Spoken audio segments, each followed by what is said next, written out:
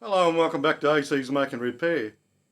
If this is your first time on my channel, my name's Arthur. I live in North Queensland, Australia. A few weeks ago now, I did a video on making homemade carving knives out of mower blades. Not those big long ones and the thick ones, but the short ones that go on either the bottom of a push mower on a little disc or on the big disc underneath the ride-on mower. Them little blades that go on the end, they're only thin. So I made some carving knives, and these were the two I did 3 weeks ago, and they've been really good. The steel's nice and hard, and the edge holds really good too. So if you haven't seen that video, I suggest you go back and look at that video, because today I'm going to do two more. And in that video I cover some things that I don't cover in this one. And the two more I'm going to do today is a sloyd style and a pelican style. They were fun to make too. So look, come along with me today and I'll show you how I did it. This is where it all starts. These are the blades I'm talking about. They're all ride-on mower blades that go on, bolt on a disc underneath the ride-on mower. These are about 8 inches long, these ones. They're not very thick, probably 2 millimeters or so at the most. I cut 2 half-inch strips here. I mark it out with engineer's chalk, and I proceed to cut it out with a thin disc on an angle grinder.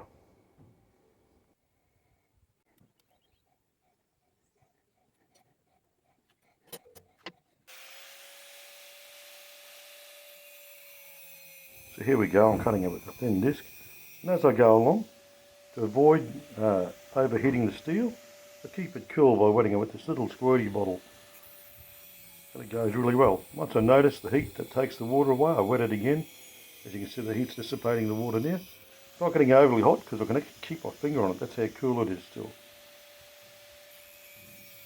So I cut these two out, and then I proceed to marking out.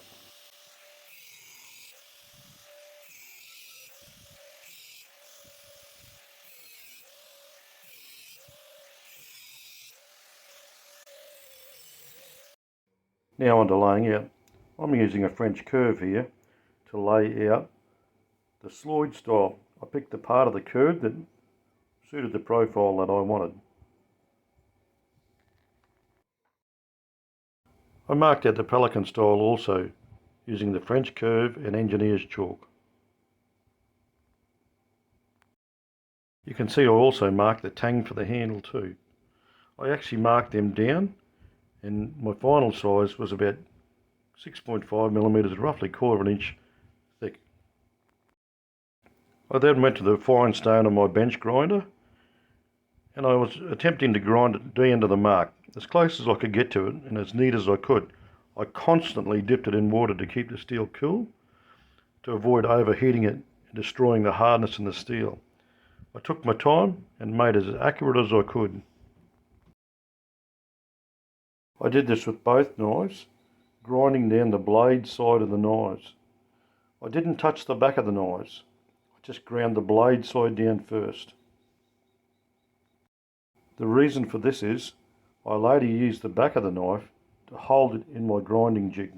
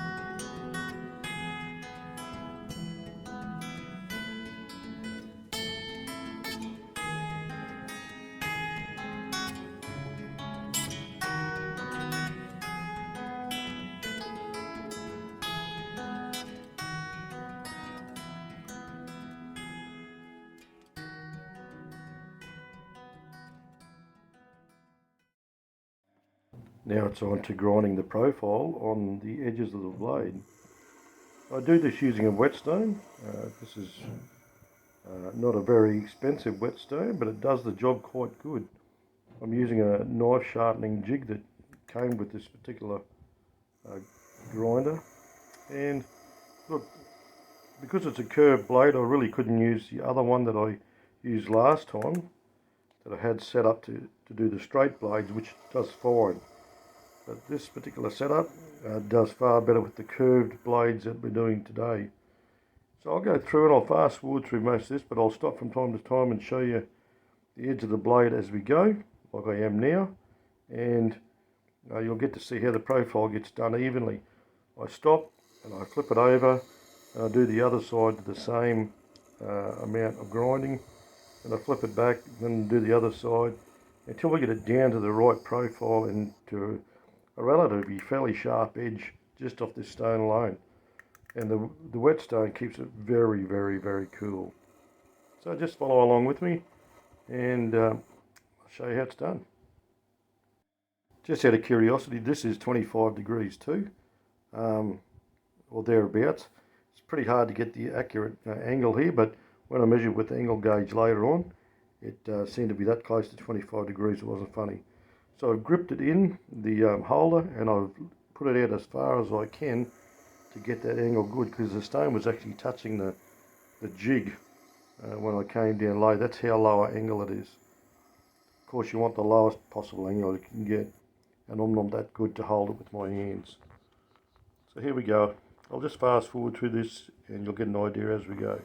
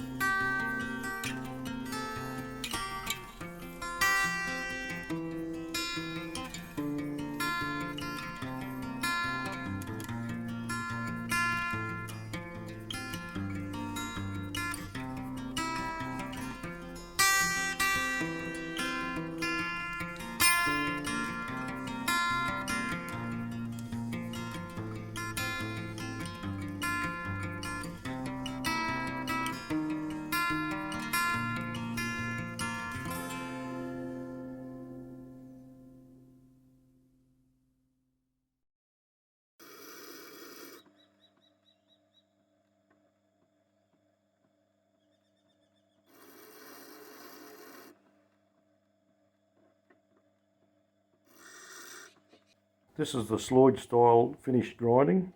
Also the pelican style is finished too. I do go on to strop them on a leather wheel I have on this same machine as well to give them a better edge. Here I'm marking into profile back on the top of the pelican style, that scallop that comes out the top. As you remember, I said I was going to leave it there just for the sake of grinding, which I did. Now I mark it back in and I will proceed to grind it, that concave into it now to make the profile for the pelican blade.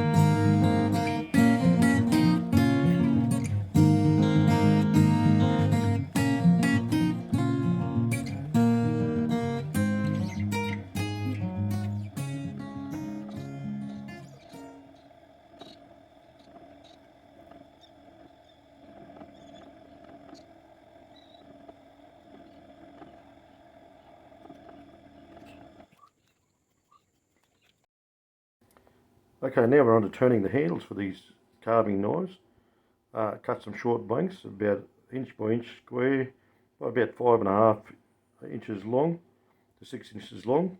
I rough them out and I turn them to two different profiles. It's two different styles of timber as well.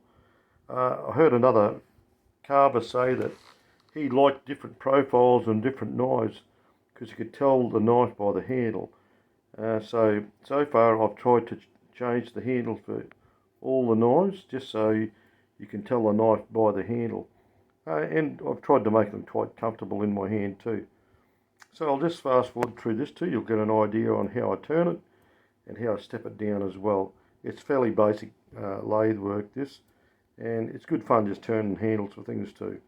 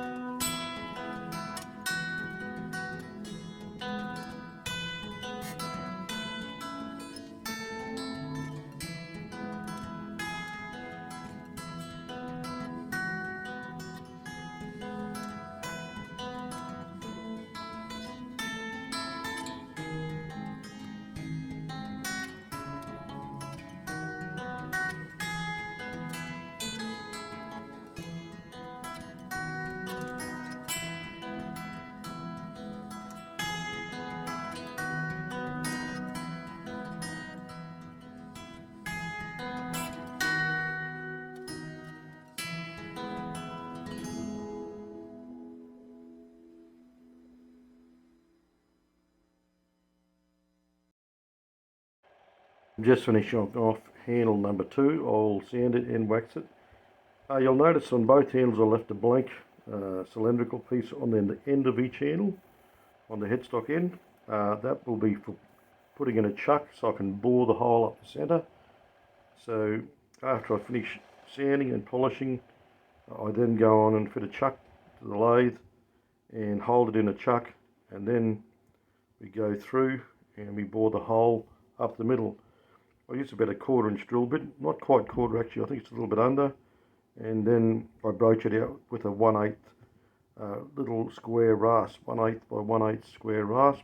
I broach it a little bit so I can get a nice tight fit with the blades on their own without gluing them.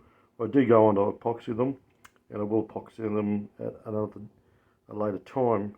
Just want to get them fitted so I can show you guys what it looks like done. You're probably wondering why I put my hand underneath the drill bit here. Well, I try to clear it regularly as I drill, but in the past I've had a little bit of a situation where I had some hot shavings come out once, and I know you shouldn't let your drill bits get that hot, but they do when you're boring a long hole like this.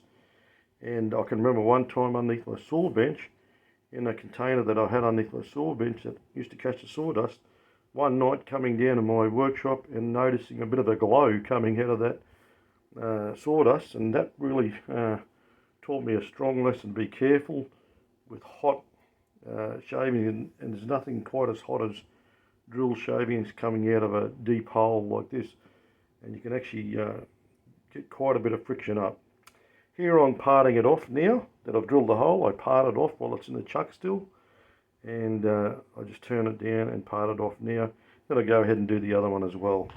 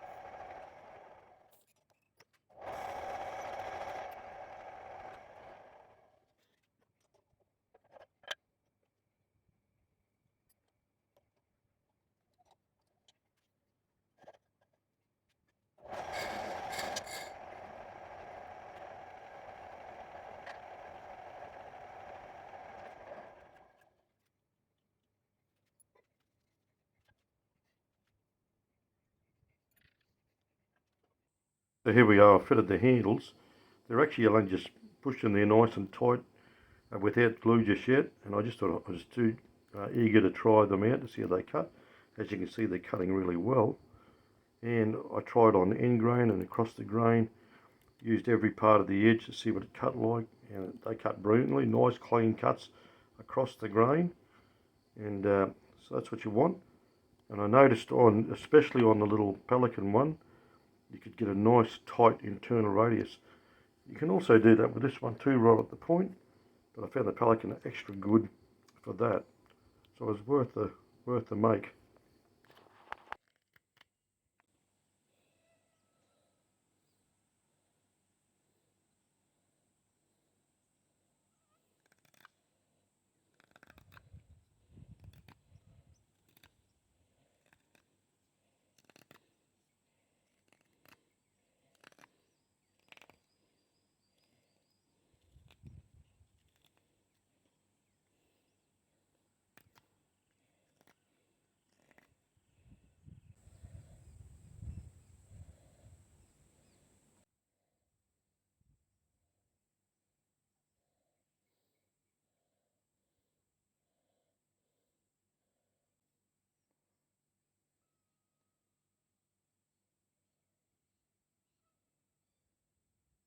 If there's one thing I would have changed on the sloyd knife, I would have centralised the tang to the blade. As it is, I put the tang on the top edge of the blade, but if I had put it central, I think it would have been a far better balance of the knife blade into the handle. As you can see, it's slower, which has its benefits too though.